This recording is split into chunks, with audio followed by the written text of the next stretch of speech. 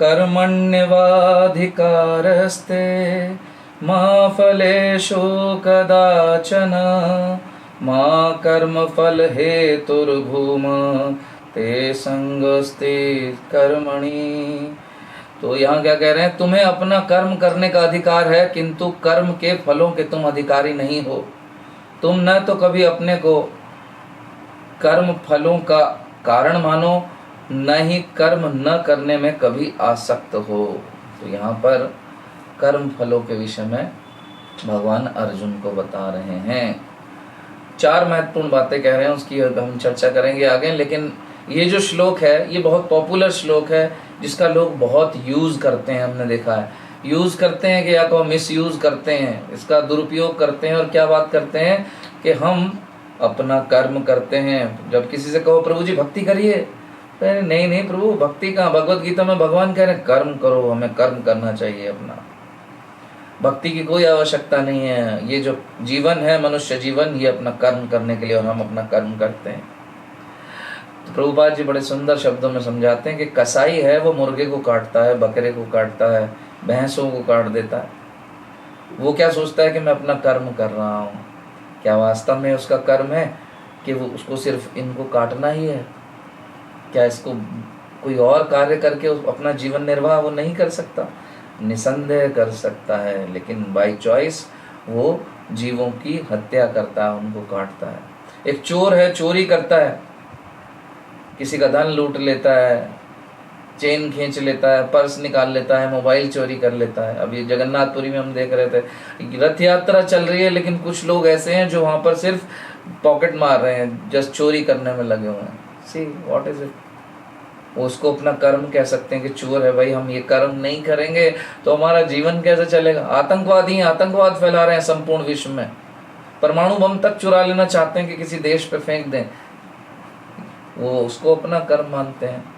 ठग लोग हैं आजकल, साइबर क्राइम बढ़ते जा रहे हैं, अलग अलग तरीके से धोखा देके लोगों का धन ले लेते हैं। क्या ये सब ठीक है? ये सब कर्म है? नहीं, वास्तव में नहीं है, ये सब कर्म नहीं है। इस सब के बदले इन सब कर्मों के लिए बहुत सारा भुगतान करना पड़ता है व्यक्ति को। एक बार नारद मुनि एक जंगल से जा रहे थे तो एक लुटेरा उनको मिला। वो क्या किया करता था, जंगल से जाने वाले सभी लोगों को पकड़ लेता था, उनका धन लूट लेता था, उनकी हत्या कर दिया करता था। तो नारद मुनि ने उससे पूछा कि सब तुम क्यों करते हो? बोले मेरा कर्म है, अगर मैं ये सब नहीं करूंगा तो मेरे परिवार का पोषण कैसे होगा, मेरी पत्नी, मेरे बच्चे, उनका लालन पालन कैसे होगा? नारद मुनि का भगवान करते हैं। एक हाथी जो कुंटलों में खाता है सुबह नाश्ते में ही, वो नौकरी करने नहीं जाता, किसी का धन नहीं लूटता और भूखा भी नहीं मरता, भगवान सारी व्यवस्था करते हैं। तो तुम भगवान पे आश्रित क्यों नहीं रहते? तुम ये सब जो कर्म कर रहे हो उसका फल तुम्हें भुगतना पड़ेगा। और जाओ तुम अपने परिवार जनों से पूछ के आओ, क्या वो तुम्हारे इस कर्म फल में भागीदार बनेंगे? जो पाप कर्म का दंड तुम्हें मिलेगा, क्या वो उसमें अपने हिस्सेदारी करना चाहेंगे? तो व्यक्ति जाता है, वो लुटेरा अपने घर पे अपनी पत्नी से पूछता है, अपने बच्चों से पूछता है। सभी मना कर देते कि नहीं नहीं, ये तो तुम्हारा धर्म है, तुम करो, तुम हमारे लिए जो करना है करो, ये तुम्हारा जिम्मेदारी है, कर्तव्य है, लेकिन जो दंड मिलेगा उसमें हम कोई भागीदारी देने वाले नहीं है, उसका फल तुम्हें ही भोगना है, इसमें हमारा कोई कंट्रीब्यूशन नहीं होगा। वो नारद मुनि के पास आके नारद मुनि के चरणों में गिर जाता है कि क्षमा कीजिए, आप बिल्कुल सही कह रहे हैं, आप बताइए मुझे क्या करना चाहिए। फिर आगे कथा है, नारद मुनि उसको किस प्रकार से भक्त बना देते हैं। तो इसी प्रकार ये सब लोग जो इस तरह की बातें करते हैं, जब उनसे कहा जाए कि भक्ति करिए तो वो कहते हैं कर्म ही भक्ति है, कर्म ही पूजा है, पूजा ही मेरा कर्म है। तो ये सब दंड भुगतना पड़ता है व्यक्ति को। आजकल लोग जॉब करते हैं, बिजनेस करते हैं, धन कमाने के जितने भी कार्य हैं उनको ये कर्म मान बैठते हैं, या परिवार का थोड़ा लालन पालन करना, उसी को अपना सब कर्म समझ बैठते हैं। भगवान की सेवा भक्ति से कोई लेना देना ही नहीं है लोगों को। आज वास्तविकता ये है, कुछ नहीं करना चाहते लोग। धन वास्तव में शरीर की आवश्यकताओं की पूर्ति कर सकता है और करता भी है। शरीर के लिए जो चीजें चाहिए वो हम धन से पर्याप्त मात्रा में ले सकते हैं, लेकिन आत्मा की जो पूर्ति है, आत्मा का जो पोषण है, वो धन से नहीं होता। इस बात का स्मरण हमें रखना चाहिए। पशु शरीर नहीं है हमारे पास, मनुष्य शरीर है जिसमें बुद्धि विकसित है। भगवत गीता में भगवान कह रहे हैं तुम शरीर नहीं आत्मा हो। पशु पक्षी नहीं समझ सकते, लेकिन इस बात को एक मनुष्य समझ सकता है। जब मनुष्य इस बात को समझे कि वो शरीर नहीं आत्मा है, तो उसको अपनी आत्मा के पोषण के विषय में भी ज़रूर सोचना चाहिए कि वो शरीर नहीं, वो आत्मा है। और आत्मा का पोषण किससे होगा? भक्तिमयी कार्यों से। केवल धन के द्वारा वो आत्मा का पोषण नहीं कर सकता, पॉसिबल नहीं है, भगवान कह रहे हैं। और भगवान साथ ही साथ क्या कह रहे हैं भाई, बहुत सारी चीजें और यहाँ पर भगवान जो है इस श्लोक में यहाँ पर बता रहे हैं कि 4 पॉइंट दिए भगवान ने यहाँ पे कि तुम्हें सिर्फ कर्म करने का अधिकार है, फल के तुम अधिकारी नहीं हो। तुम खुद को अपने कर्मों के फल का कारण मत मानो। एक ये पॉइंट दिया भगवान ने, यानी जो कुछ भी है ईश्वर की इच्छा को जानकर उसको स्वीकार करना चाहिए जीवन में, और कर्म करने से व्यक्ति को भागना नहीं चाहिए। चौथा पॉइंट ये। 4 पॉइंट क्या हुए? तुम्हें कर्म करने का अधिकार है, फल का दूसरा पॉइंट, तुम फल के अधिकारी नहीं हो, मतलब फल का डिसाइड करना फल को तुम्हारे अधिकार क्षेत्र में नहीं है। तीसरा पॉइंट, तुम खुद को अपने कर्मों के फल का कारण मत मानो, यानी ईश्वर की इच्छा जानकर स्वीकार करो। और चौथा है, कर्म करने से हमें भागना नहीं चाहिए। तो इसमें महत्वपूर्ण बात क्या है? जैसे हम देख रहे हैं कि तुम खुद को अपने कर्मों के फल का कारण मत मानो, ये जो बात कही गई है। सपोज ऐसे समझें कि आप एक फ्लाइट पकड़ने गए हो, ट्रैफिक मिल गया आपको, आप तो गए, आप जो कर सकते थे आप समय से भी निकले, आपने टैक्सी भी करी, आपने गूगल पे चेक करके अच्छा रूट भी लिया, लेकिन ट्रैफिक वहाँ भी मिल गया आपको, ट्रक पलटा हुआ मिल गया आपको उस रास्ते पे भी। अब अगर घूम के जाएंगे तो वापस पुनः उस रास्ते से फ्लाइट पकड़ने का टाइम निकल जाएगा, और इस रास्ते में ट्रक फंसा हुआ है। कुल मिलाकर आप फ्लाइट पकड़ ही नहीं पाए, आप लेट हो गए। फ्लाइट नहीं पकड़ पाए तो फिर जो जाना था वहां नहीं पहुंच पाए, किसका दोष है? क्या आपका दोष है? आप जो कर सकते थे आपने किया। तो इस उदाहरण से हम क्या समझ सकते हैं कि वास्तव में क्या है, हम कंट्रोलर नहीं है, कंट्रोलर वास्तव में भगवान ही है। इसलिए भगवान कह रहे हैं तुम खुद को अपने कर्म फलों का कारण मत मानो। कोई आप इंटरव्यू देने गए, आपने बहुत अच्छे से तैयारी की, साल भर आपने कोचिंग की, आप जो कर सकते थे वो किया, इंटरव्यू में आपसे जो क्वेश्चंस पूछे गए बहुत अच्छे से उनका उत्तर भी दे दिया, लेकिन जब रिजल्ट आया इंटरव्यू का तो पता चला आपका सिलेक्शन ही नहीं हुआ। मंत्री जी ने फोन कर दिया था किसी व्यक्ति के लिए कि आपको इस व्यक्ति को रखना है, ये हमारा आदमी है, इसको आपको अपनी कंपनी में रखना है। बहुत होता है, चले गए। आप जो कर सकते थे आपने प्रयास किया, लेकिन जो एंड रिजल्ट है वो आपको अपनी इच्छा के अनुसार नहीं मिला। कौन डिसाइड कर रहा है? कोई और ही डिसाइड कर रहा है। We are not controller. किसका दोष है? नहीं पता। तो फिर आप क्यों आत्महत्या कर रहे हो? आपने इंटरव्यू दिया, आप क्लियर नहीं कर पाए, पास नहीं हुए, बच्चे आत्महत्या कर लेते हैं। ये नहीं करना है। भगवान कह रहे हैं अपने को कारण न मानो। साथ ही साथ और यहाँ पर कुछ महत्वपूर्ण चीज़ें इस श्लोका में जो है यहाँ पर भगवान समझा रहे हैं। क्या कह रहे हैं कि किसी भी जो भी हम कर्म करते हैं अपने जीवन में उसका फल तो हमें मिलता ही मिलता है। जन्म लेता है एक बच्चा, बच्चे को कर्म फल कैसे परिवार में जन्म मिल जाता है हमें पता ही नहीं। पूर्व जन्मों के कर्मों के फलों के आधार पर हमें अपने जीवन में बहुत कुछ मिलता है। स्टूडेंट एग्जाम देने जाता है, रिजल्ट की चिंता पहले करने लगता है। भगवान ये कह रहे हैं कि रिजल्ट की चिंता मत करो, फल की चिंता मत करो, प्रोसेस तुम्हारे हाथ में है, कर्म तुम्हारे हाथ में, रिजल्ट तुम्हारे हाथ में नहीं है। हम चिंता कर रहे होते हैं लिखते लिखते भी, अरे कितने मार्क्स आएंगे। बराबर वाले पड़ोसी जो हमारा स्टूडेंट है, दोस्त है, वो अरे इसने तो B कॉपी ले ली। हम लोग जब एग्जाम देते थे याद है, और इसने 2 B कॉपी ले ली, मेरी तो एक कॉपी नहीं भरी अभी तक। चिंता हो रही है। अरे मार्क्स हमें नहीं देने, मार्क्स टीचर देगा। हमारे हाथ में लिखना, हमने यदि तैयारी अच्छी की हम बस अच्छे से लिखे, अननेसरी टेंशन क्यों लेनी। एग्जाम देने के बाद माथा और घूम जाता था, बैठे हैं चिंता कर रहे हैं क्या होगा क्या होगा क्या होगा, जबकि हमारे हाथ में वो है ही नहीं। वो मार्क्स किसने देने हैं, टीचर ने देने हैं, हमने तो मार्क्स देने नहीं, लेकिन फिर भी हम उसकी चिंता में ही फंसे रहते हैं। तो इस चीज़ में हमें नहीं फंसना है। साथ ही साथ भगवान ये भी कह रहे हैं कि हमें कर्म करने से भागना भी नहीं है। अगर हमें ये सोचें कि भाई भगवान कह रहे हैं कर्म तुम्हारे हाथ में, फल तुम्हारे हाथ में नहीं है, तो मैं कर्म करूँ ही क्यों। मैं जॉब पे जाऊंगा, तनख्वाह नहीं मिलेगी, पैसा नहीं मिलेगा, तो क्यों मैं जॉब पे जाऊं। तो प्रभुपाद जी कहते हैं जाके तुम्हें काम करना है, तनख्वाह तो स्वतः आएगी ही आएगी, कोई तुमसे फ्री में काम नहीं कराएगा। इसी प्रकार तुम कर्म करो, सिर्फ अपना फल तो तुम्हें मिलेगा ही मिलेगा।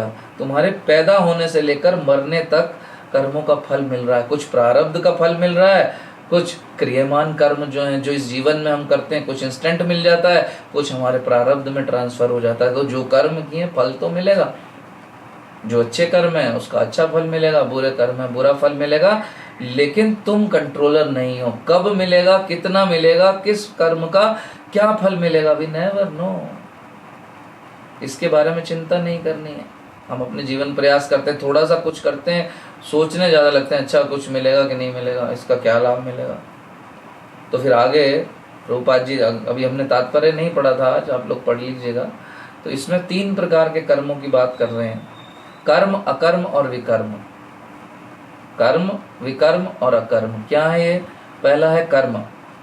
कर्म अर्थात वो कार्य जिनमें हम कुछ न कुछ फलों की चिंता करते हैं, अपने जीवन में कुछ फल पाना चाहते हैं। नौकरी करते हैं, व्यवसाय करते हैं, जॉब पे जाते हैं तो क्या सोचते हैं धन आएगा भाई, उस जॉब में भी कितनी गालियां खाते हैं और yes sir, good morning sir. वही व्यक्ति जिसकी शक्ल देखना हमें पसंद नहीं है, उसको हम गुड मॉर्निंग सर स्माइल के साथ हम करते हैं। जबकि हम गुस्से वाले होते हैं, घर में हम किसी को बर्दाश्त नहीं करते। वाइफ कुछ कह दे थोड़ा सा तो हम गुस्से में लाल पीला हो जाते हैं, उसको इतना रख के सुना देते हैं। लेकिन ऑफिस में वही हम हैं, बॉस गालियां दे रहा है, सर क्यों, धन चाहिए। महीने के अंत पर जो गांधी जी की गड्डी आएगी उसका ध्यान रहता है कि पैसा आएगा, बॉस से पंगा लिया तो वो कट जाएगी। तो इस प्रकार जो कर्म है, हम व्यवसाय करते हैं, ग्राहक की कितनी बातें सुनते हैं। हाँ जी, जो कपड़े बेचते हैं देखिए किस तरह से बेचता है, आइए माता जी बैठिए, अरे ठंडा लाओ, एसी ऑन करो, कितना ध्यान रखता है वो व्यक्ति। तो इस तरह जो कर्म है जिसमें हम कुछ फलों की इच्छा करते हैं, जो शास्त्र सम्मत है। नौकरी करना बुरी बात नहीं है, जो व्यापारी है वो ग्राहक को खुश कर रहा है तो कोई खराब बात नहीं है, अच्छी बात है। तो शास्त्र सम्मत जो कर्म अपनी इच्छा पूर्ति के लिए किए जाते हैं वो क्या है, वो है वास्तव में कर्म। वहीं विकर्म क्या है ये समझना होगा। विकर्म है वो कार्य जिनमें जो हम अपनी इच्छा पूर्ति के लिए भोगों की इच्छा रख के करते हैं, बुरे काम, शास्त्रों के आदेशों के विपरीत। अब किसी का धन लूट लिया, अब किसके लिए, अपने परिवार के पालन के लिए, अपने जीवन के निर्वाह के लिए। लेकिन किसी का धन लूट लेना शास्त्रों के विरुद्ध है। कसाई जानवरों को काट रहा है, किसके लिए काट रहा है कि कुछ धन आए, अपने जीवन का निर्वहन कर सके, अपने परिवार का लालन पालन कर सके, पोषण कर सके। लेकिन ये शास्त्रों के विपरीत है, तो क्या है, विकर्म है। इसका दंड मिलेगा व्यक्ति को, उसको भुगतान करना पड़ेगा, निसंदेह करना पड़ेगा, कोई डाउट नहीं। क्योंकि एक जीव को दूसरे जीव को मारने का अधिकार नहीं है। तो कर्म क्या हुआ, शास्त्रों के अनुसार किए जाने वाले कार्य जो अपनी इच्छा पूर्ति के लिए। विकर्म क्या हुआ, शास्त्रों के विपरीत जाकर किए जाने वाले कर्म अपनी इच्छा पूर्ति के लिए। और तीसरा है अकर्म। अकर्म अर्थात वो कार्य जो अपने लिए न किए जाएं, अपने लिए कार्य न करना, लेकिन किसके लिए करना, ईश्वर को केंद्र मानकर कार्य करना, भगवान की प्रसन्नता के लिए कार्य करना। ऐसे कार्य जिनसे भगवान प्रसन्न हो सके, हमें सेटिस्फेक्शन मिल सके। यानी वो कार्य जिसमें शरीर के पोषण से ज्यादा महत्व आत्मा के पोषण को दिया जाए। जब हम कोई कार्य भगवान को केंद्र मानकर करते हैं तो शरीर का तो पोषण होता ही होता है, लेकिन आत्मा का शरीर से भी अधिक पोषण होता है। ऐसे कर्म जो है वो क्या है? अकर्म है। अपने लिए हर माता भोजन बनाती है घर में अपने परिवार के लिए, सब लोग परिवार में खाते हैं, खुश होते। संपूर्ण विश्व में ही होता है हर घर में। लेकिन भक्त के घर में क्या होता है? जगन्नाथ जी के लिए भोग बनता है, गौर निताय के लिए, कृष्ण बलराम के लिए, राधा कृष्ण के लिए भोग बनता है और उनको भोग लगाया जाता है। फिर प्रसाद स्वरूप में पूरा परिवार उस प्रसाद को भोजन रूप में स्वीकार करता है। कार्य वही है, लेकिन केंद्र में कौन है? भगवान है, कृष्ण है। तो भगवान की प्रसन्नता के लिए वो कार्य किया जा रहा है। शरीर का तो पोषण हो ही रहा है, वो प्रसाद पाएंगे, शरीर का पोषण होगा, लेकिन साथ ही साथ क्या है? आत्मा का भी पोषण हो रहा है। तो ये बहुत इम्पोर्टेंट है कि हम समझें वास्तव में कर्म क्या है, विकर्म क्या है और अकर्म क्या है। कर्म भी व्यक्ति को फल से बांध देता है और विकर्म भी व्यक्ति को फल से बांध देता है। क्योंकि जब हम कर्म करते हैं, जैसे नौकरी करते हैं, व्यापार करते हैं, तो हम बिल्कुल शुद्ध अवस्था में तो करते नहीं, बिल्कुल शास्त्रों के अनुसार कहीं ना कहीं त्रुटियां भी करते हैं, ठगी भी करते हैं, चूना भी लगाते हैं दूसरे को, तो उसका दंड हमें मिलेगा, बंध जाएगा व्यक्ति कर्म फल से। जो बुरे काम है उसका तो बुरा फल है ही है, वहां तो बंधेगा ही बंधेगा। तो कर्म में भी बंधेगा, विकर्म में भी बंधेगा, लेकिन अकर्म जो कि भगवान की प्रसन्नता के लिए किया जाता है कार्य, उसमें व्यक्ति बंधता नहीं है। तो प्रभुपाद जी यही बताते हैं कि हमें अपने कर्मों को कम करना है जो अपनी इच्छा पूर्ति के लिए, चाहे शास्त्रों के हिसाब से हो, और विकर्म को कम करना है जो कि बुरे कर्म है, जो शास्त्रों के विपरीत किए जाते हैं। हमें ज़्यादा से ज़्यादा करना है अकर्म, यानी भगवान की प्रसन्नता के लिए किया जाने वाला कार्य। फिर हमारा जीवन आनंद और सुख से भर जाएगा और किसी प्रकार का दंड हमें नहीं भुगतना पड़ेगा। हमारे पापों और पुण्यों का अकाउंट भी नील हो जाएगा और इस शरीर के समाप्त होने पर जीवात्मा सीधा प्रस्थान करेगा भगवान के धाम को।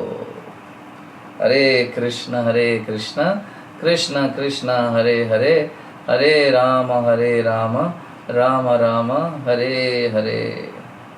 श्रील प्रभुपाद की जय। भगवद गीता यथा रूप की जय। निताय गौर प्रेमानंदे। हरि हरि बोल। Thank you so much. आप सभी भक्तों का बहुत बहुत आभार, धन्यवाद।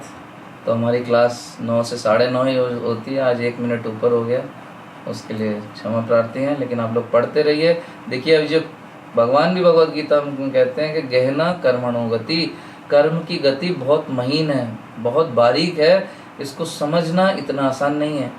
तो अगर आप सोचो कि अरे क्लास हमने लेट के आराम से बेड पे कर ली, आराम से लेटे लेटे क्लास हो गई हमारी, समझ में आ गई हमें तो कर्म फल कैसे क्या है और कौन से कर्म करने हैं, कौन से कर्म, ऐसे नहीं होने वाला है। ध्यान पूर्वक करना होगा, इसको बार बार समझना होगा। अपने जीवन में हम क्या विकर्म कर रहे हैं, क्या सिर्फ कर्म कर रहे हैं और कितना कर्म कर रहे हैं, यानी भगवान की प्रसन्नता के लिए कितना कार्य कर रहे हैं, इसको एनालिसिस करना होगा। और अकर्म की मात्रा यानी भगवान श्री कृष्ण की प्रसन्नता के लिए किए जाने वाले कार्यों की संख्या को और मात्रा को बढ़ाना होगा, तब आनंद में रह सकते हैं। Thank you so much.